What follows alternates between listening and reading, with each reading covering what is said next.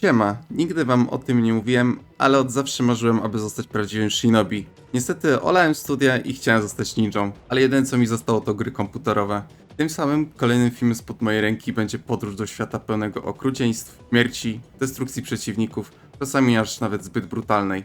Wreszcie mogę pogadać o Ninja Gaiden 4 wraz z omówieniem nowego dodatku dwóch mistrzów. Zapraszam. Kod do recenzji otrzymaliśmy od Xbox Polska, za co bardzo dziękujemy. Pierwsze co przywita nas po odpaleniu samej gry to wysokie tempo. Podstawka ma absolutnie fenomenalne ułożenie akcji. Wysokie tempo, które trzyma w napięciu przez cały czas trwania kampanii. Slashery to specyficzny gatunek i jak na grę akcji przystało, gracz staje przed wyzwaniem opanowania systemu walki. Zdecydowałem się zestawić Ninja Gaidena 4 z jego największym konkurentem, czyli serią Devil May Cry.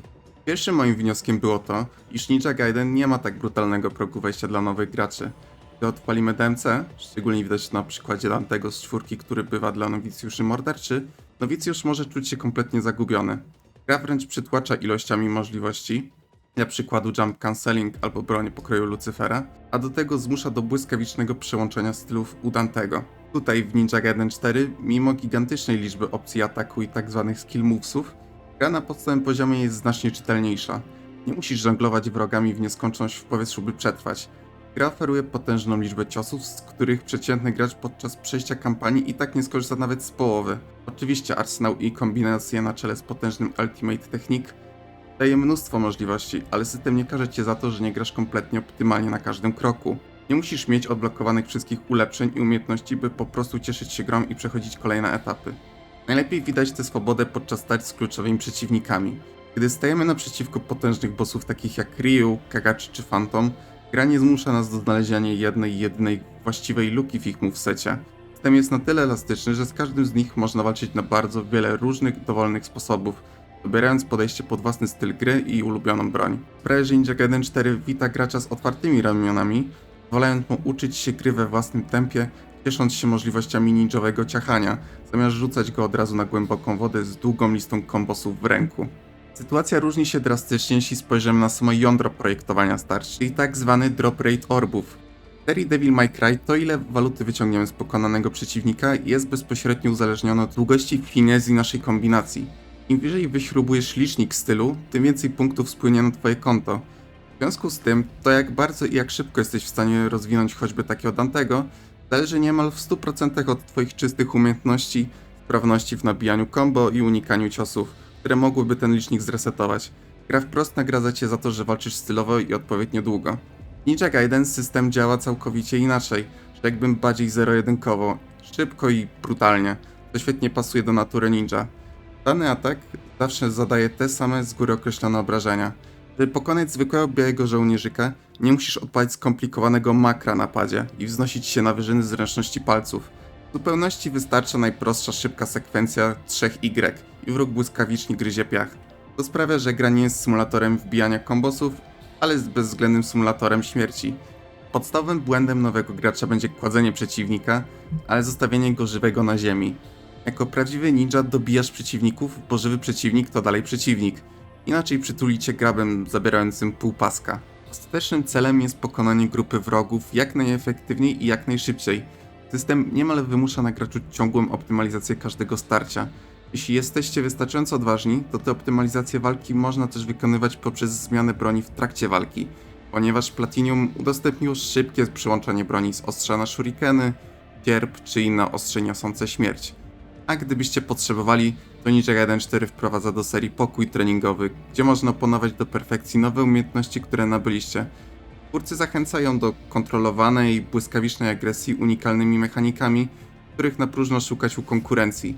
Mamy tu na przykład transformację Blood Raven Form, która ma za zadanie wzmacniać ataki na różne sposoby i podnosić ekwilibrystykę ataków.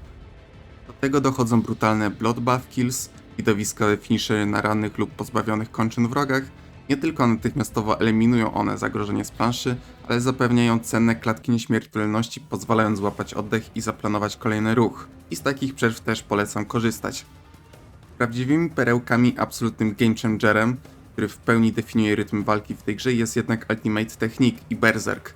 UT, czyli Ultimate Technique, jest to kolejna mechanika wzmacniająca taki wachlarz taktyczny gracza w walce z przeciwnikami. Ładowany atak, który, jeśli się uda, w położy przeciwnika natychmiastowo albo zada znaczące obrażenia. Berserk to ładujący się ult od ataków protagonisty, który można odpalić za pomocą wciśnięcia dwóch analogów. Na trybie Berserka obrażenia są znacząco podbite, wprowadzają dodatkową widowiskowość poprzez aktywowanie bloodbuffów. Ten tryb jest czasowy, więc dobrze zoptymalizować, co chcemy zrobić przez te kilka sekund. Co do technikaliów, gra jest spoko. Widać brak wykorzystania Unreala, co jest na plus. Wykorzystany do czwartej części Gaidena silnik Platinum daje stabilny klatkarz na słabych komputerach. Na konsolach mamy gwarancję przynajmniej 60 klatek, chociaż należy skrytykować momentami niskiej jakości tekstury. Ale jeśli ma to być kompromis, aby koniec końców gra wyglądała ładnie i płynnie, to jestem w stanie to zaakceptować. Nie da się za to zaakceptować ekonomii. W grze występują dwie waluty.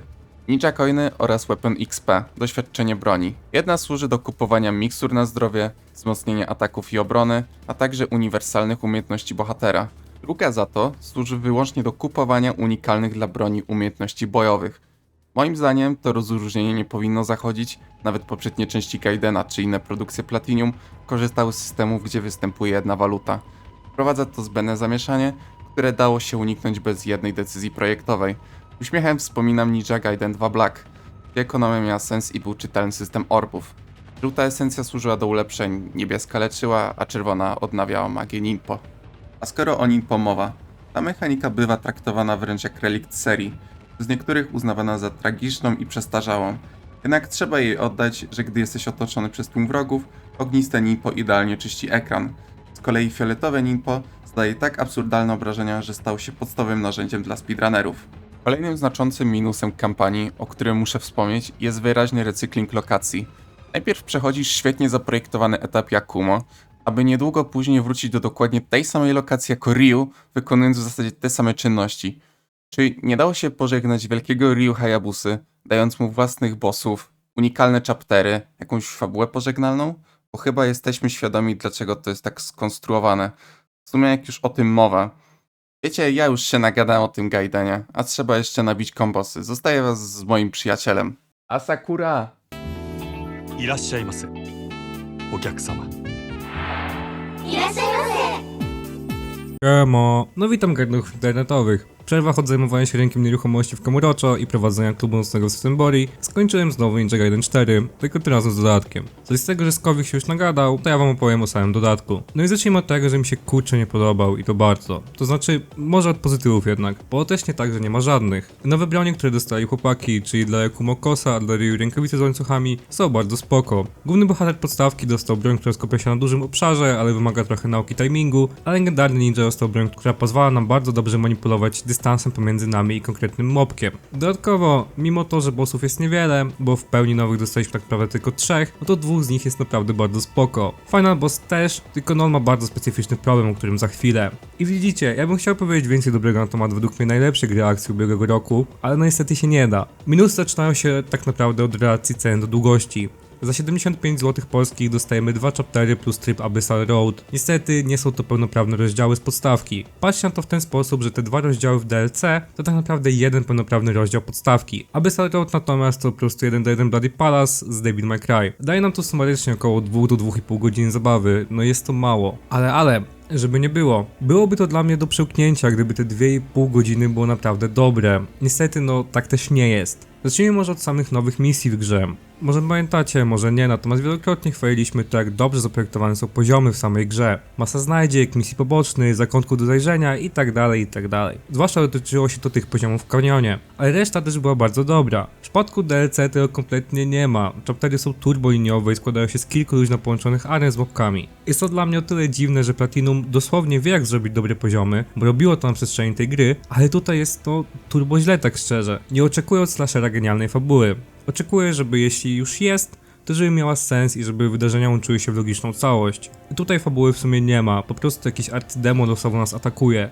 Nie wiemy czemu, nie wiemy po co, nie wiemy co jest ich celem. Gra również kompletnie zapomina o wydarzeniach sprzed dosłownie kilku sekund, bo dodatek dzieje się maksymalnie kilka godzin po wydarzeniach z podstawki, gdzie Akumo najebał mrocznego smoka. Pomijając oczywisty fakt zmęczenia tych postaci, to twórcy totalnie zapominają o Seori, gdzie jej śmierć była przedstawiona jako coś tragicznego i w sumie to o wszystkim, co się działo przed chwilą. W podstawce kolejną pochwałą była różnorodność przeciwników. Dodatek dodaje jednego mobka, czyli ninja klanu Czarnego Pająka i pierwszego bossa, z jakim walczy Akumo, reużywa w formie regularnego przeciwnika jakieś 15 minut po tym, jak go widziałem pierwszy raz.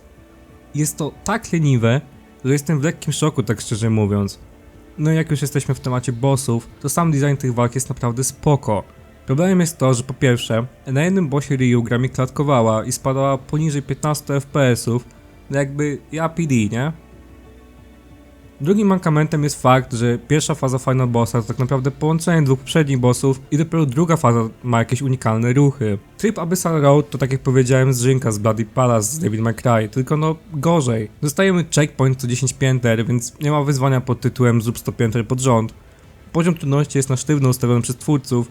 Niby jest tam jakaś forma skalowania poprzez oszalałych przeciwników, ale jeśli mam być szczery, to nie odczułem różnicy między nimi a tymi regularnymi. High score zapisuje się też per 10 pięter, a nie per całość, więc teoretycznie czas gry wydłuża się o wbijanie tych najwyższych not, tylko że ja zrobiłem coś w jakąś godzinę z hakiem, a nie uważam się za specjalnie dobrego w tą grę, więc jak widzicie nie ma nawet fanów z pokonania turbo trudnego wyzwania. Coś co mnie boli też personalnie, to brak jakiejkolwiek nowej muzyki. Rozumiem, że produkcja takich rzeczy jest droga i być może stan tego DLC wynika po prostu z braku budżetu. Wiemy, że nawet podstawka miała ten budżet niespecjalnie wysoki, natomiast jeśli tak, to tym bardziej cena samej gry, jak i DLC jest po prostu nie fair. Ktoś mógłby tutaj powiedzieć, że przecież Platinum jest znane z krótkich DLC, no bo kampania Jetstream sama z Metal Gear Rising Revengeance to też jakieś 2 godzinki. I tak, jasne.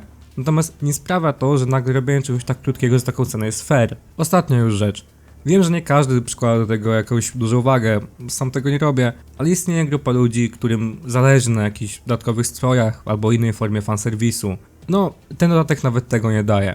Tak samo nie ma grywalnej Ayane albo Momo, więc... szkoda gadać widzowie, wracam do robienia biznesu. Elo. A to znowu wy. Już sobie nabiłem punkcików, można mówić dalej. Podsumowując ten film. Czy Ninjaga 1.4 się broni jako slasher i gra komputerowa? Jeszcze jak?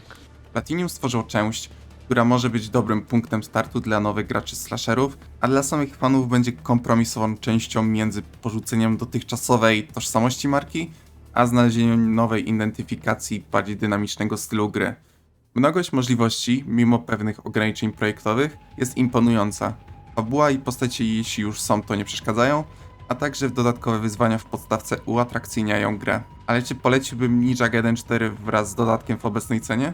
No i tu jest problem, że nie. Sam rdzeń gry jest świetny, natomiast zbyt dużo jest ale, aby móc polecić przygody Ninja 4 w pełnej cenie 300 zł.